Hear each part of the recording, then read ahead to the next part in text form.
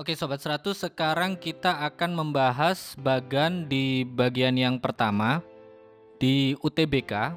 Jadi ini namanya sering berganti-ganti ya, kadang UTBK, kadang SBMPTN, pernah namanya SNMPTN, pernah namanya UMPTN dan sebagainya. Nanti Sobat 100 pelajari sendiri ya sejarah penamaan untuk ujian atau seleksi penerimaan mahasiswa baru untuk perguruan tinggi negeri. Jadi kini yang bagian pertama kita punya yang namanya mekanika. Jadi di mekanika ini yang sering keluar soal-soalnya itu apa saja. Jadi di sini ada 4 bagian. Bagian yang pertama itu tentang gerak, yang mana di gerak ini yang sering keluar adalah soal-soal berkaitan dengan gerak lurus ya. Nah Sobat 100 harus paham, ini saya tampilkan rumus pintasnya saja. Ini untuk rumus GLB, gerak lurus beraturan. Nanti Sobat 100 pelajari sendiri untuk rumus GLBB ya. Jadi kalau di GLB itu kita bisa nyari kecepatan atau kelajuan, lalu jarak atau perpindahan, kemudian cari waktu. Nah selain rumus, nanti Sobat 100 pelajari juga tentang grafiknya ya. Grafik untuk kecepatan terhadap waktu dan jarak terhadap waktu. Ini untuk GLB, nanti Sobat 100 pelajari sendiri untuk GLBB. Nah selain gerak lurus yang sering keluar di UTBK atau SBMPTN itu adalah soal-soal tentang gerak parabola. Jadi kalau gerak lurus ini hanya di satu dimensi saja, bisa sumbu X saja atau sumbu Y saja. Kalau sumbu Y itu berarti gerak vertikal ya, ada gerak vertikal ke atas, ada gerak vertikal ke bawah, ada gerak jatuh bebas. Nah, gerak parabola ini penggabungan dari dua dimensi, yaitu gerak di sumbu X dan gerak di sumbu Y. Kalau kita gambarkan ilustrasinya seperti ini, di sumbu X itu gerakannya tetap. Jadi untuk di sumbu X kecepatan mula-mulanya V0 cos theta, di setiap titik ini kecepatannya sama V0 cos theta. Di titik puncak juga V0 cos theta, nanti kembali di tanah juga V0 cos theta. Jadi ketika di sini ada objek bergerak dengan kecepatan awal V0 memiliki sudut kemiringan theta, itu pasti dia punya kecepatan arah sumbu X dan sumbu Y-nya. Nah, untuk sumbu Y-nya ini kita gunakan prinsip di gerak vertikal ke atas. Jadi untuk kecepatannya ini dipengaruhi oleh gravitasi. Pada titik tertentu ini nilai kecepatan vertikalnya adalah V0 sin theta min GT. Nanti kalau di titik puncak itu nilainya 0. Nah nanti ketika turun ke bawah ini ada nilainya lagi nih, V0 sin theta min GT dan seterusnya. Ini yang di bagian gerak ya, ada gerak lurus, ada gerak parabola. Nah ini bagian pertama. Kemudian di bagian yang kedua masih di mekanika itu adalah dinamika partikel. Dinamika partikel ini yang sering keluar hubungannya dengan hukum Newton ya. Jadi Sobat 100 ingat, hukum Newton tentang gerak itu ada 3 ya. Yang pertama adalah sigma F sama dengan 0. Ini artinya benda diam atau bergerak, tapi gerakannya gerak lurus beraturan, artinya tidak mengalami percepatan atau kecepatannya tetap ya. Ini untuk hukum yang pertama. Hukum yang kedua itu tentang percepatan ya. Jadi di sini ketika benda diberi gaya, benda tersebut mengalami percepatan, bisa makin cepat, bisa makin lambat. Jadi percepatannya bisa positif, bisa negatif. Nah, nilai A ini berbanding terbalik dengan massa. Jadi kalau dengan gaya tertentu kita berikan ke benda yang kecil, nanti percepatannya menjadi besar. Kalau diberikan ke benda yang sangat besar, nanti percepatannya bisa jadi sangat kecil. Begitu seterusnya.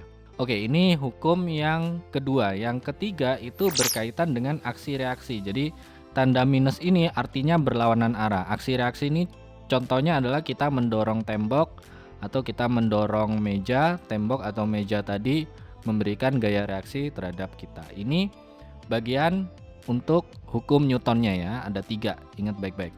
Nah, selain hukum Newton, penerapan berikutnya adalah kaitannya dengan gesekan. Jadi, kalau kita menggerakkan objek atau ada objek yang bergerak itu biasanya mengalami gesekan. Nah, ilustrasinya seperti ini. Ketika ada objek bergerak ke kanan, berarti ada gaya gesek arahnya ke kiri. Nah, gaya gesek ini selalu arahnya berlawanan arah dengan arah gerak benda. Jadi, kalau bendanya bergerak ke kanan, gesekannya ke kiri. Begitu seterusnya. Kalau dibalik ya, kalau gerakannya ke kiri, berarti gesekannya ke kanan. Sampai sini Sobat 100 paham ya? Oke, ini bagian yang kedua ya tentang dinamika partikel. Nah, berikutnya di bagian yang ketiga masih di mekanika yang sering keluar di soal-soal UTBK atau SBMPTN atau soal perguruan tinggi negeri itu berkaitan dengan usaha dan energi. Nah, bagian pertamanya yang sering keluar itu adalah soal-soal tentang usaha. Usaha di sini berkaitan dengan kasus pada benda di bidang miring. Jadi kalau ada benda di bidang miring, kalau kita uraikan gaya-gayanya ya, ada gaya berat arahnya ke bawah, lalu gaya berat ini bisa kita proyeksikan ke sumbu X-nya atau sejajar dengan bidang miringnya adalah W sin theta, yang tegak lurus dengan bidang miringnya atau sumbu Y-nya adalah W cos theta. Nah, kalau benda ini bersentuhan dengan bidang miring berarti ada gaya normal ke atas, kemudian kalau didorong dengan gaya ke atas maka ini mengalami perpindahan. Kalau gayanya ke atas maka ada gaya gesek arahnya ke bawah ya, sejajar dengan W sin theta. Kemudian perpindahannya ini S. Nanti sobat 100 bisa hitung usaha masing-masing gayanya. Ini untuk yang soal berkaitan dengan usaha. Berikutnya ada lagi soal berkaitan dengan hukum kekekalan energi mekanik. Jadi di sini ada dua variasi soal, bisa soal yang tanpa gaya. Jadi kalau tanpa gaya ini berlaku EM di posisi awal sama dengan EM di posisi akhir. EM di sini adalah energi mekanik ya. Nah, kalau ada gaya nanti formulanya berubah menjadi, kalau ada gaya jadi apa? Usaha itu sama dengan perubahan energi mekanik. Jadi ini variasi soal yang sering keluar berkaitan dengan usaha dan energi. Ini di bagian 3 mekanika ya. Berikutnya di bagian yang keempat masih di mekanika yang sering keluar itu adalah soal-soal tentang impuls dan momentum. Nah, impuls dan momentum ini yang sering keluar, yang pertama adalah soal tentang impuls, lalu yang kedua itu soal tentang hukum kekekalan momentum. Jadi ilustrasinya sebagai berikut. Kalau impuls itu biasanya soal yang keluar adalah berupa grafik ya. Jadi ada grafik gaya terhadap waktu. Nanti ada bentuk grafiknya, sobat 100 diminta untuk menghitung atau menentukan berapa gaya rata-ratanya. Itu untuk impuls. Tapi sobat 100 ingat juga rumus impuls ya. Kalau nanti bukan soal berupa grafik, kalau berupa hitungan nanti sobat 100 ingat rumus impuls itu adalah I sama dengan F kali beda waktu. Jadi impuls sama dengan gaya kalikan selang waktunya ini ya, delta T-nya.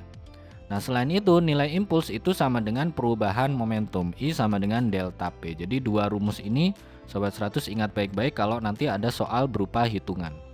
Oke, ini tentang impuls. Berikutnya tentang hukum kekekalan momentum, sobat 100.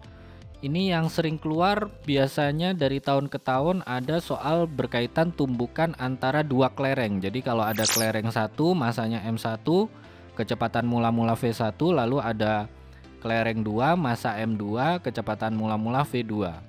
Nanti kalau kita gunakan hukum kekekalan momentum, ingat ya, P awal itu sama dengan P akhir. P sebelum tumbukan sama dengan P sesudah tumbukan. Oke sobat 100, ini gambaran dari bagian pertama untuk soal-soal UTBK atau SBMPTN atau ujian atau seleksi masuk perguruan tinggi negeri.